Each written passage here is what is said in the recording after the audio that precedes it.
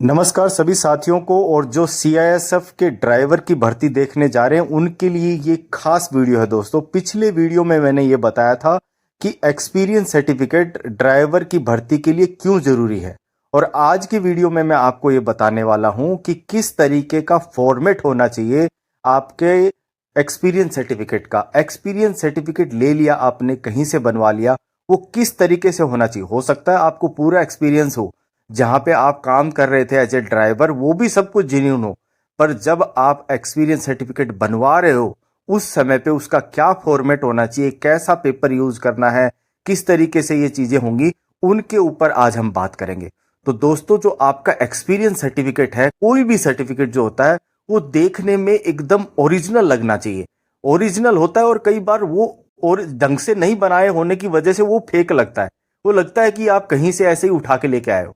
तो आपको किन किन बातों का ध्यान रखना है। सबसे पहली बात, आपका जो एक्सपीरियंस सर्टिफिकेट है वो कलर प्रिंट आउट में होना चाहिए दोस्तों। किसी तरह की फोटोकॉपी नहीं होनी चाहिए, उसमें ओरिजिनल इंक साइन होने चाहिए, पेन से साइन किया हुआ होना चाहिए उसमें। दूसरी बात, आपका जो एक्सपीरियंस सर्टिफिकेट है वो 100 जीएसएम पेपर पे प्रिंट आउट लिया होना चाहिए दोस्तों। आप कहीं भी बताओगे 100 जीएसएम पेपर बता दिया जाएगा आपको कौन सा होता है। इसके बाद में आपका एक्सपीरियंस सर्टिफिकेट में आपका फोटो लगा होना चाहिए दोस्तों। वो फोटो रिसेंट होना चाहिए, और जो आपके एक्सपीरियंस सर्टिफिकेट को साइन कर रहा है उसका स्टैंप होना चाहिए आपके फोटो के ऊपर, और साइन भी होना चाहिए। साथ ही साथ दोस्तों, जिस भी कंपनी से या जिस भी ट्रांसपोर्टर से आप एक्सपीरियंस सर्टिफिकेट ले रहे हो उसमें नीचे उसका रजिस्ट्रेशन नंबर, जीएसटीएन नंबर होना बहुत ज्यादा जरूरी है। साथ ही साथ उस जो भी कंपनी है या ट्रांसपोर्टर है उसका राउंड स्टैंप होना चाहिए, और जो अधिकारी या जो भी उसका मेन डायरेक्टर है वो जो आपको एक्सपीरियंस सर्टिफिकेट इशू कर रहा है उसकी स्टैंप होनी चाहिए, और उसका इंक साइन होना चाहिए। इंक साइन मैं इसलिए बोल रहा हूं दोस्तों, कई बार क्या होता है कलर जीरोक्स करके या किसी तरीके से भी आप यदि उसके सामने प्रोड्यूस करोगे तो आपको डॉक्यूमेंट वेरिफिकेशन में उसको मैग्नीफायर से देखा जाता है दोस्तों। मैग्नीफायर समझते हैं आप, उसको लेंस से चेक किया जाता है उसकी ओरिजिनलिटी, तो वो 1 मिनट में पकड़ में आ जाएगा दोस्तों। तो ये सब बातें आपको ध्यान रखनी है। मैंने क्या क्या बात बताई आपको। आपका जो लेटर हेड है वो कलर प्रिंट आउट होना चाहिए। दूसरा, 100 जीएसएम का पेपर होना चाहिए, उसके ऊपर आपकी रिसेंट फोटो लगी होनी चाहिए, फोटो के ऊपर कंपनी का स्टैंप होना चाहिए, और उसमें साइन होना चाहिए। जो भी लेटर हेड इशू कर रहा है, जो भी एक्सपीरियंस सर्टिफिकेट इशू कर रहा है, उस कंपनी का वहां पे रजिस्ट्रेशन नंबर, जीएसटीएन नंबर होना चाहिए।